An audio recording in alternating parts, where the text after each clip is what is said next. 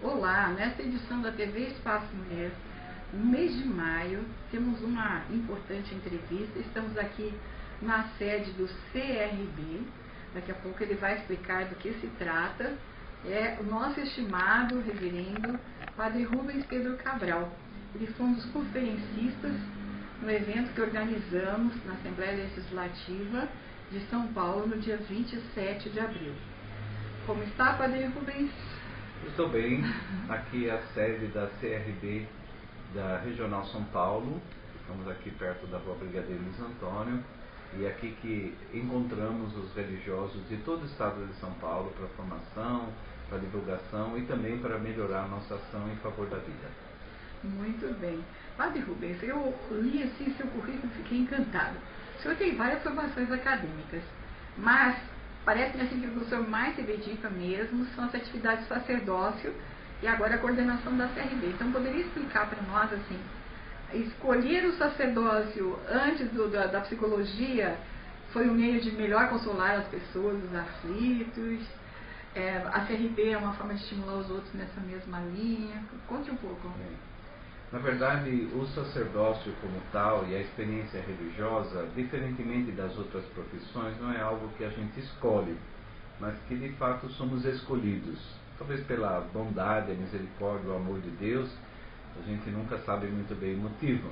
Mas de fato, minha primeira inspiração na vida foi me tornar médico para ajudar as pessoas. Depois compreendi que como sacerdote ajudaria mais, e poderia fazer mais e estaria mais disponível. Por isso dediquei até agora 32 anos da minha vida no sacerdócio e paralelamente trabalhei como psicólogo, trabalhei em instituições de pessoas portadoras de deficiência, tive a oportunidade de ajudar na organização das SEBs na periferia de São Paulo, trabalhei no movimento de luta em favor da moradia e em favor das famílias e também, e sobretudo, um trabalho belíssimo que foi feito a respeito da possibilidade das pessoas de reencontrar o caminho da sobriedade, do alcoolismo, da droga e também dos jogos, né, como a gente faz a sobriedade nessa área, e no tabagismo. Muito bem. Agora, atualmente, há ainda debates de algumas pessoas que são descrentes ou creem em outras formas mais materiais de professar a fé delas em outras crenças, digamos assim, que não uma religião. Ainda tem pessoas que se inspiram muito nos pensadores antigos, que já estão ultrapassados da nossa realidade em tempos de internet, não é? Já começando por aí. Bom, uns ficam discursando que a religião é o ópio do povo, e que é apenas utilizada como uma forma de manipulação dos coletivos.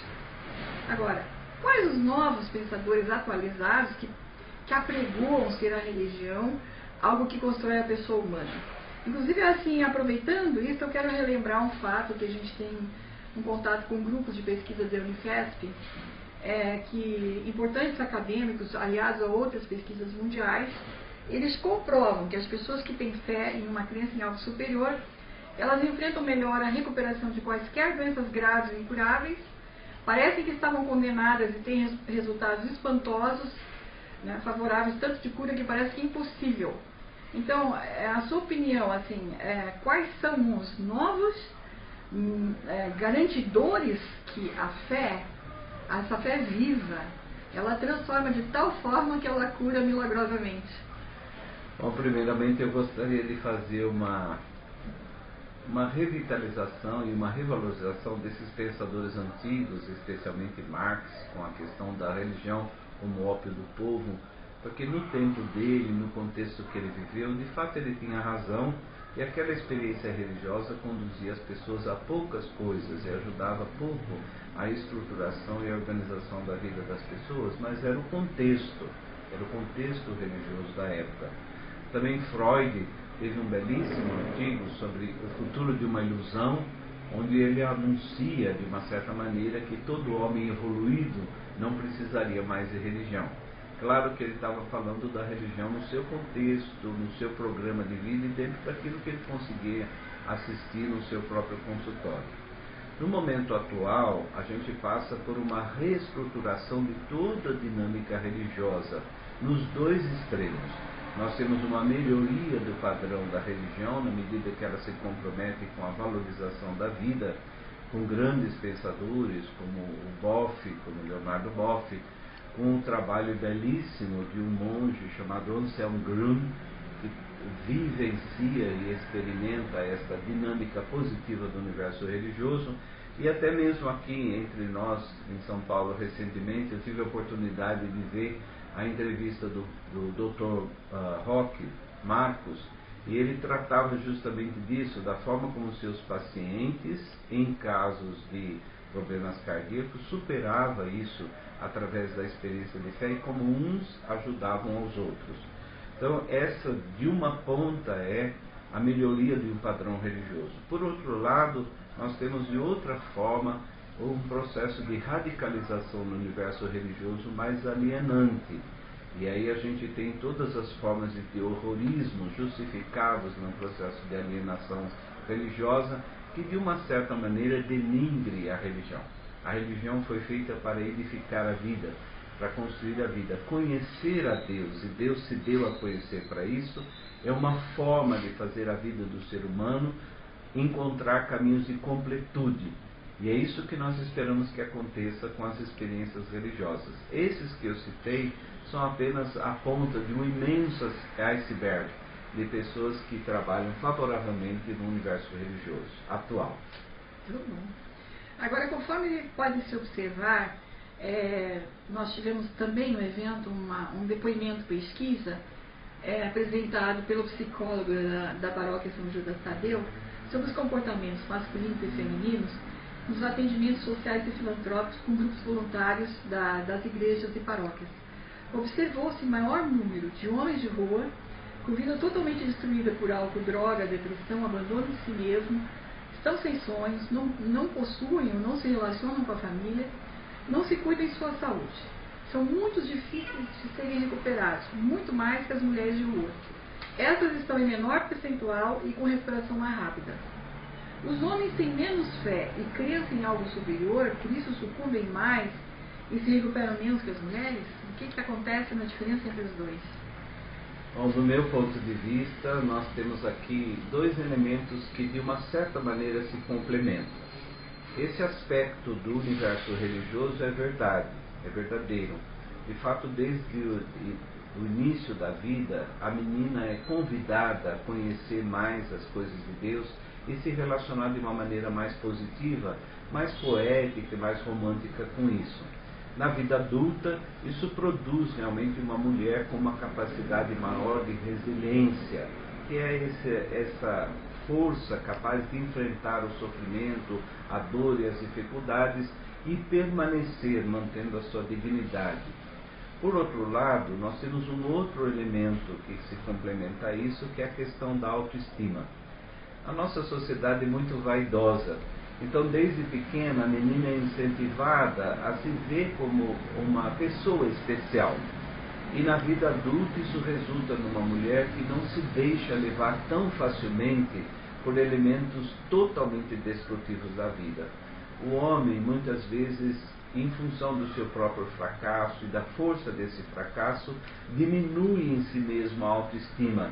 E aí ele se torna, de fato, para si mesmo e até para a sociedade, um elemento irrecuperável. As pessoas vão, aos poucos, abandonando esses homens e eles também vão, aos poucos, se abandonando. Porque não tem fé, num primeiro momento, essa fé básica, fundamental, que gera vida e organiza as coisas, mas também porque eles faltam um pouco de autoestima. E a autoestima permite a eles que se contentem cada vez com menos e acabem realmente se destruindo, como foi constatado naquele trabalho belíssimo da Igreja São Judas, mas sempre existe a possibilidade de mudar, e é nisso que nós acreditamos. Então, um trabalho muito intenso sobre os homens se faz necessário, não é, na atualidade. Bom, referindo-se à violência intrafamiliar, não só aquela doméstica contra a mulher que está tão apregoada através da Lei Maria da Penha, mas há outros tipos de violências intrafamiliares, tais como contra filhos pequenos, parentes agregados, né, familiares agregados, também o inverso, filhos e filhas que agridem pais e avós, e etc. É comprovado que aquelas famílias mais unidas, participantes de cultos religiosos, de atos religiosos, ou que estejam mais atuantes como voluntários sociais, que desde cedo levam seus filhos e filhas à prática da fé e da caridade, é comprovado que há menos violência intrafamiliar e mais união, mais amor entre essa família? Então, de fato, a nossa experiência é essa. Quando uma família pode se unir em torno de uma visão positiva de Deus, ocorre entre eles um fenômeno bastante importante para a diminuição da violência, que é o aumento do diálogo. O diálogo, ou a capacidade de dialogar, de falar com as pessoas, de ouvir o outro, de entender o universo do outro, numa experiência de empatia básica, isso ajuda muito a diminuir a violência familiar. E o que se espera é que os casais religiosos sejam capazes de fazer isso, dialogar mais entre eles em primeiro lugar, para constituir um padrão de unidade na educação dos filhos, no comportamento deles, que esse comportamento seja mais coerente e, portanto, mais capaz de gerar a vida, mas também com os filhos. Na medida em que os filhos podem explicar os seus comportamentos, eles podem ser compreendidos nesse comportamento e podem também compreender os seus pais, que é vital e fundamental para a diminuição da violência doméstica. De fato, a violência é produto da ausência de diálogo e do excesso de egoísmo.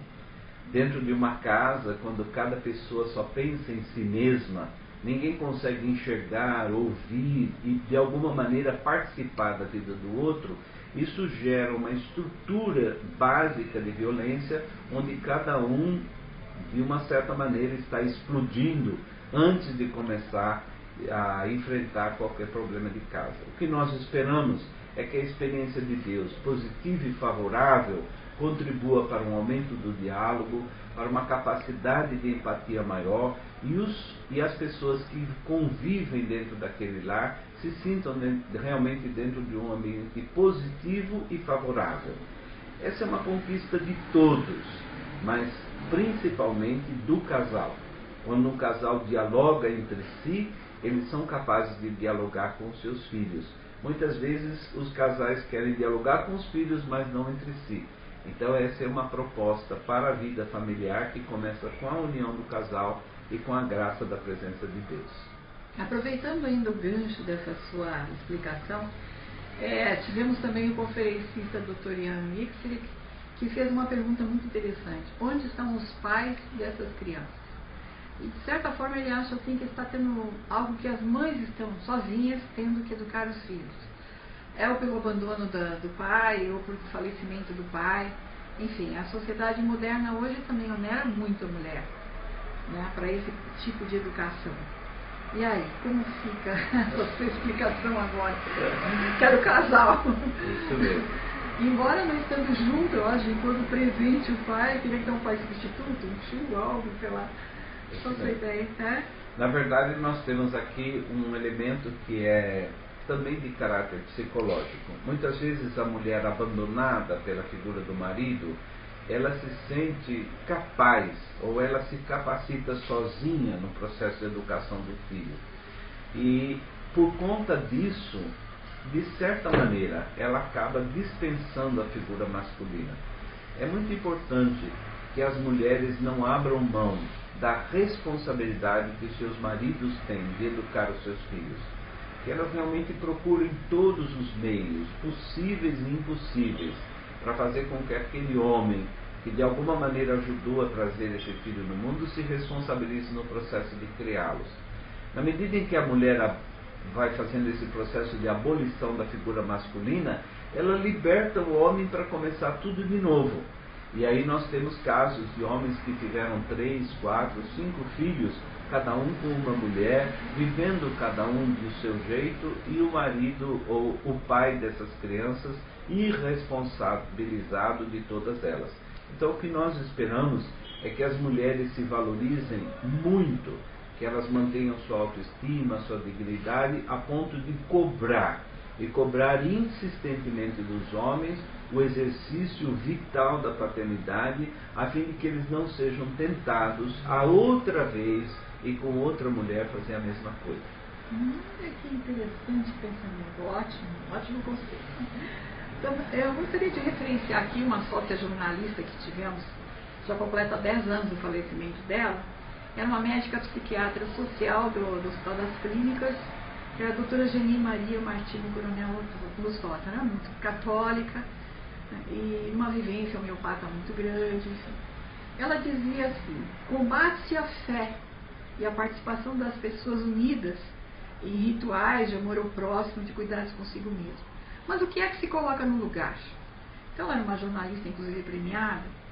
Ela dizia: coloca-se a manipulação da mídia, do sem piedade com o próximo, com o consumismo, com a adoração às armas, ferir as leis, e há também aqueles que têm o dinheiro sem explicar as origens. É muito interessante que essas abordagens da época que ela fazia, hoje está na pauta das notícias, né, de onde as pessoas tiraram o dinheiro, enfim, a confusão toda que está aí.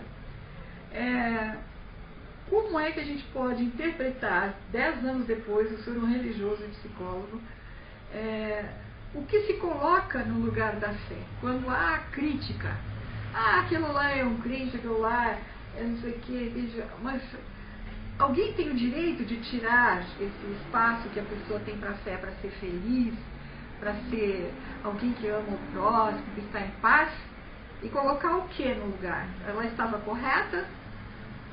Estava correta, sim. Na verdade, nós podemos considerar que a religião tem um conteúdo transformador, extremamente perigoso para o sistema social, especialmente quando ele é capitalista como o nosso. Porque a religião, de uma certa maneira, ela vai ensinar as pessoas um caminho de simplicidade de vida, vai ensinar as pessoas que elas podem ter o suficiente para ser uma pessoa melhor. E isso o capitalismo não suporta. Então, um dos grandes enganos da vida moderna é retirar a religião e tentar substituir isso com milhares de aparatos de consumo, sejam os da mídia, sejam de outras formas, o consumo das roupas, dos remédios, dos spas, da vida confortável, das grandes viagens e tantas outras maneiras de entretenimento que vão caindo na vida das pessoas, meio que elas sem perceber. De fato, a religião está sendo cada vez mais substituída pelo consumismo. E esse consumismo pode ser real ou virtual. Quando as famílias se encontram nos fins de semana para ir ao shopping center, o que elas fazem é um consumismo virtual.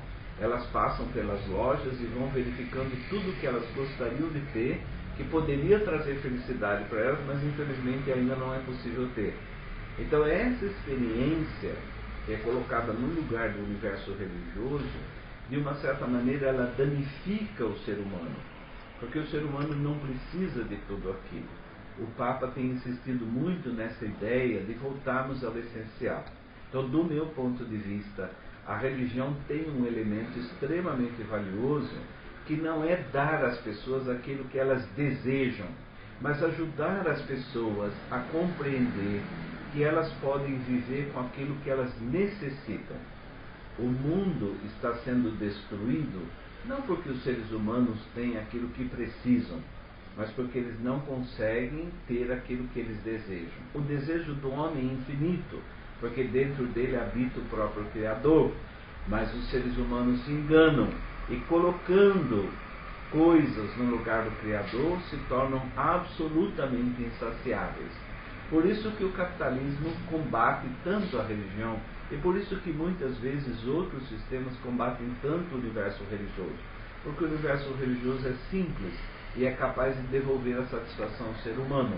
E o ser humano precisa se sentir insatisfeito para que ele seja vítima da droga, do consumismo, de toda essa experiência deformadora dos meios de comunicação e de tantos outros instrumentos que denigrem o ser humano, mas que estão colocados no lugar de Deus, tentando saciar a nossa sede de Deus.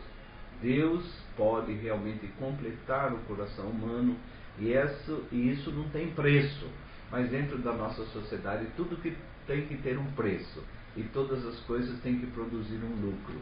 Por isso, muitas vezes, até no universo religioso, a gente confunde isso. e começa a achar que religião também tem que ser lucrativa, quando na verdade ela tem que ser instrutiva, valiosa, prestativa, solidária e de uma certa maneira simples e verdadeiramente pobre. O senhor, durante a sua palestra no evento do dia 27 de abril, apresentou com muita propriedade um trabalho de mestre. E que pena que era pouco tempo, porque ele poderia ser um curso com certeza. Então, citou algumas encíclicas e documentos já antigos da Igreja Católica, cujos repudiavam os maus tratos e violência contra as mulheres, e que elas deveriam receber o respeito e serem tratadas com a dignidade. Atualmente, na mídia mundial, está destacado o Papa Francisco por vir trazendo várias saudações às mulheres, que até colocamos na titulação de sua palestra, a forma simpática com que ele vem trazendo ao mundo essa condição da mulher estar, participar, né, estar presente e reconhecida. O que é, na sua opinião pessoal, o que é preciso, com esse ponto de vista de religião, do Papa Francisco, dos dogmas que o senhor citou, o que é preciso no século XXI para que haja realmente esse empoderamento das mulheres, conforme as normas da ONU, mas com essa visão de plena, de todas, com todos, vamos dizer assim. O Papa tem nos auxiliado muito a redescobrir uma das narrativas da criação. Que a narrativa da criação que é mais conhecida e difundida entre nós, fala que a mulher foi feita da costela do homem. E isso também, já desde o princípio, é uma maneira de retirar um pouco da dignidade da mulher. É como se ela fosse só um pedacinho do homem, e esse pedaço de homem pudesse fazer uma experiência, um ser tão maravilhosamente grande quanto uma mulher. Mas, de fato, o Papa nos ajuda a recuperar a outra narrativa da criação que nos conta que Deus os fez homem e mulher, ao mesmo tempo, com a mesma dignidade, com a mesma intensidade de vida. Quando nós falamos hoje da palavra empoderamento da mulher e devolver o valor e a dignidade da mulher, é criar condições para que a mulher se aproprie daquilo que ela tem direito. Ela tem direito de ganhar igual ao homem quando ela faz o mesmo trabalho, ela tem direito de acessar os cargos indistintos, de maneira indistinta dentro da nossa sociedade. Tudo aquilo que a mulher for capaz de fazer, ela deve ser capaz, ela deve fazer. E o homem também. Tudo aquilo que o homem é capaz de fazer, inclusive nos trabalhos domésticos, ele deve fazer.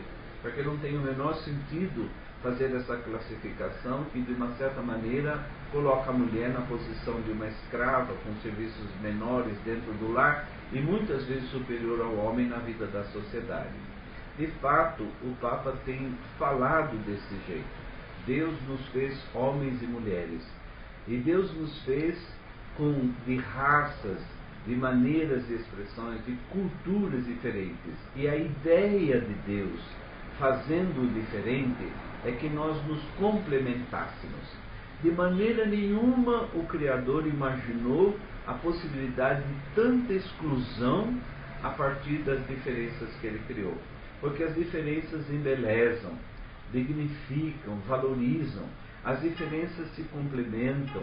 Os seres humanos são diferentes uns dos outros para eles poderem se apropriar da riqueza que existe nas relações entre eles. Se nós fôssemos todos iguais e todos gênios em matemática e todos gênios em poesia e em música, nós não teríamos nada a nos acrescentar nas relações que criamos entre nós. Da mesma maneira, os países do mundo, cada um tem a sua própria riqueza.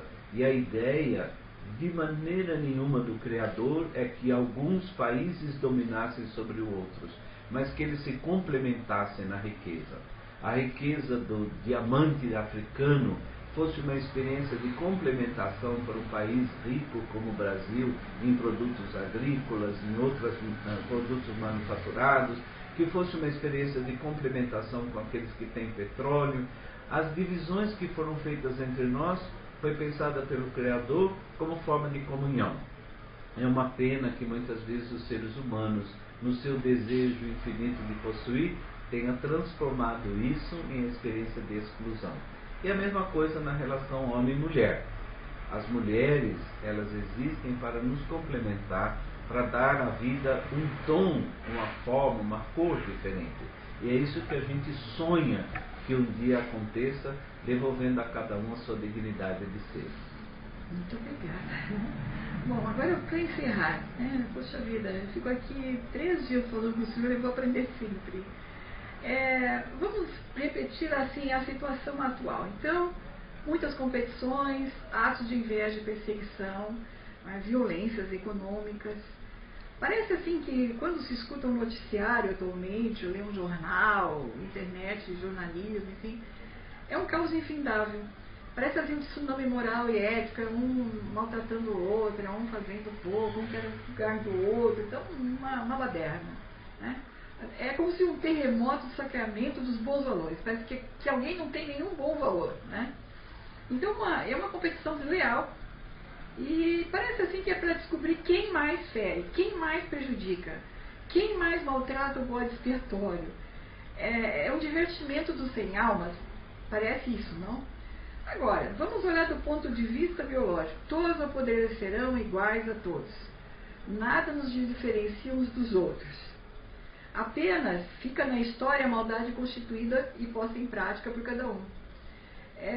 Lamentavelmente, no ponto de vista de justiça da terra, né, das leis terrenas, a gente vê muitas vezes agremiações com autoridades que praticamente os que realmente estão praticando o mal, a violência, eles não têm punição, estão agregados com gente que vai protegê-los. Enquanto que o acesso à justiça a uma pessoa mais simples, um menor de idade, ele não vai ter a mesma condição de defesa. Como é que alguém que lidera boas obras sociais, bons projetos, campanhas políticas do coletivo, hoje, de certa forma, considerado pelas Nações Unidas como os defensores dos direitos humanos, né, com toda uma estrutura própria para isso que o Brasil está implantando, como é que alguém que está com essa boa vontade de construção social pode superar e ter coragem para continuar e não esmorecer dentro dessas perseguições todas, desse caos? O seu conselho, para encerrarmos, é muito importante para muitas lideranças que com certeza estão prestando atenção agora.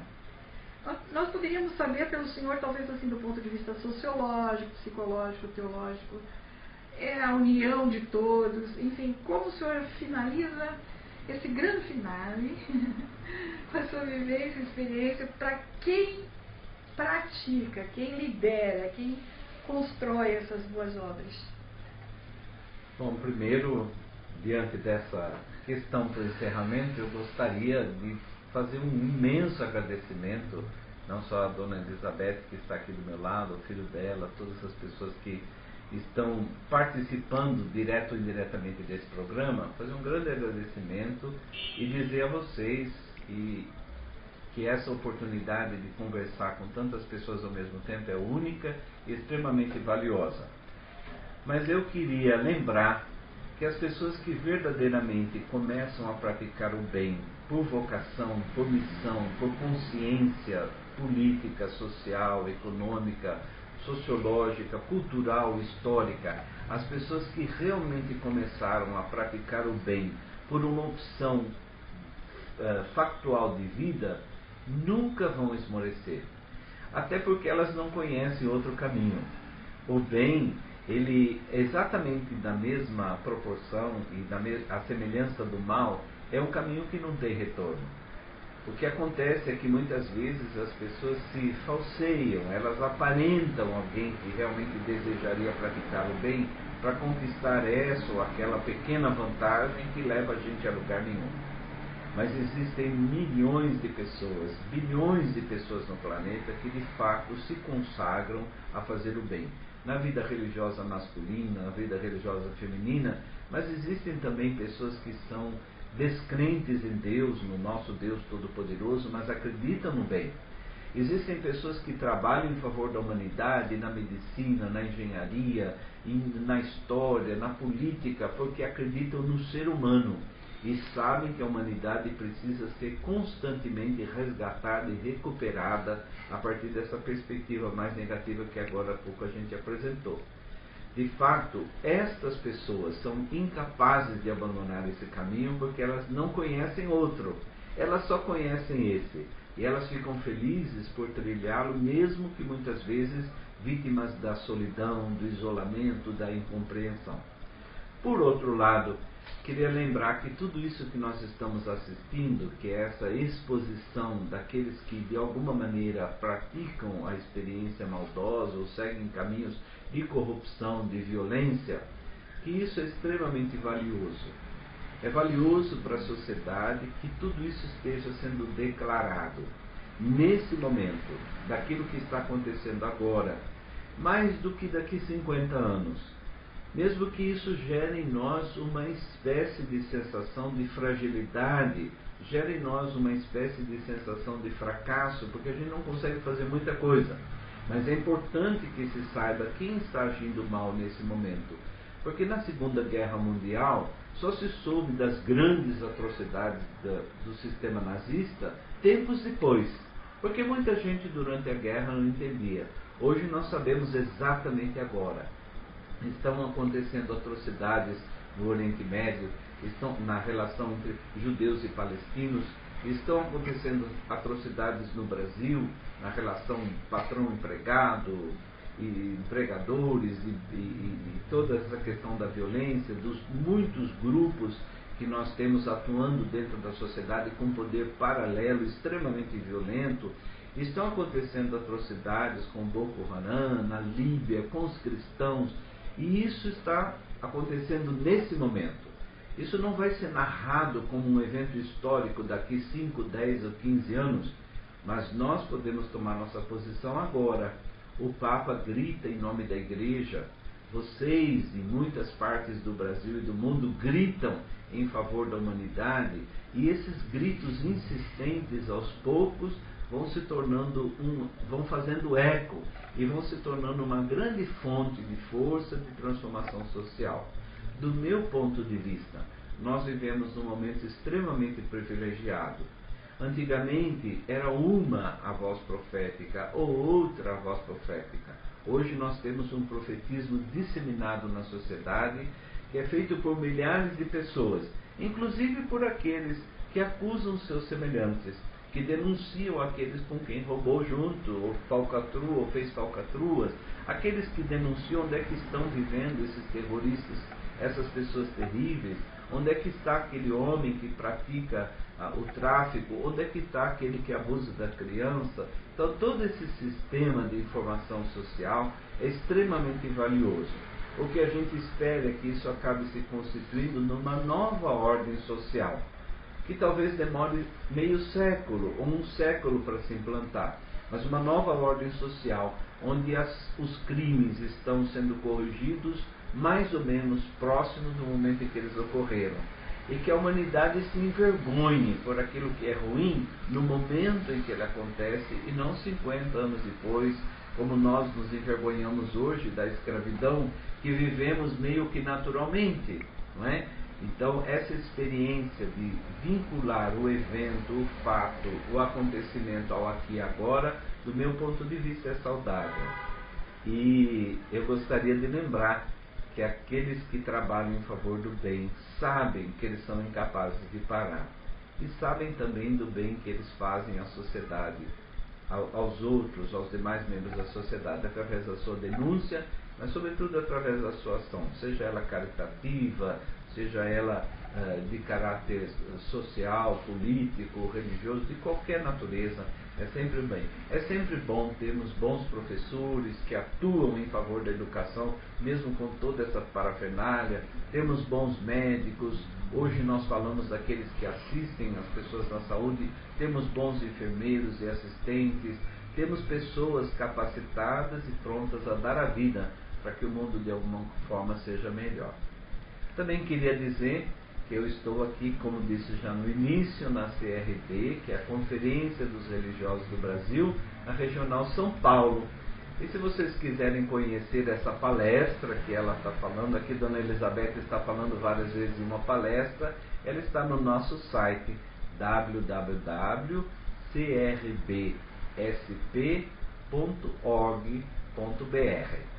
www.crbsp.org.br. Lá está tudo escrito, nós temos também os nossos cursos, as informações, as parcerias que fazemos, todas as coisas boas da CRB estão ali narradas, e também as nossas necessidades e os nossos grandes desafios. Que Deus abençoe a todos e que o futuro seja melhor a todos nós, porque de fato não é possível que as trevas vençam as luzes e que o mal vença o bem, porque isso não é natural.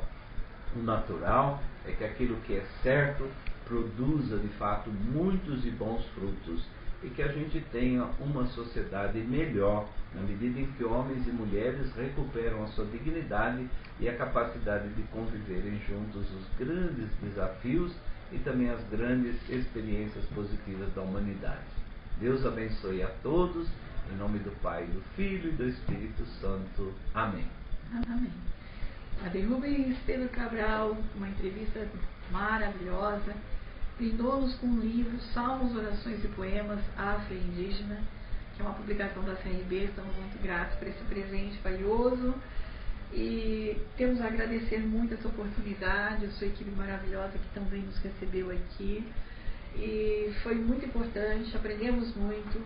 Assim, deixamos um grande abraço a todas as pessoas, homens e mulheres, que aqui nos prestigiam mais uma vez na TV Espaço Mulher, em caráter online, nesse mês de maio. Muito obrigada e até a próxima edição.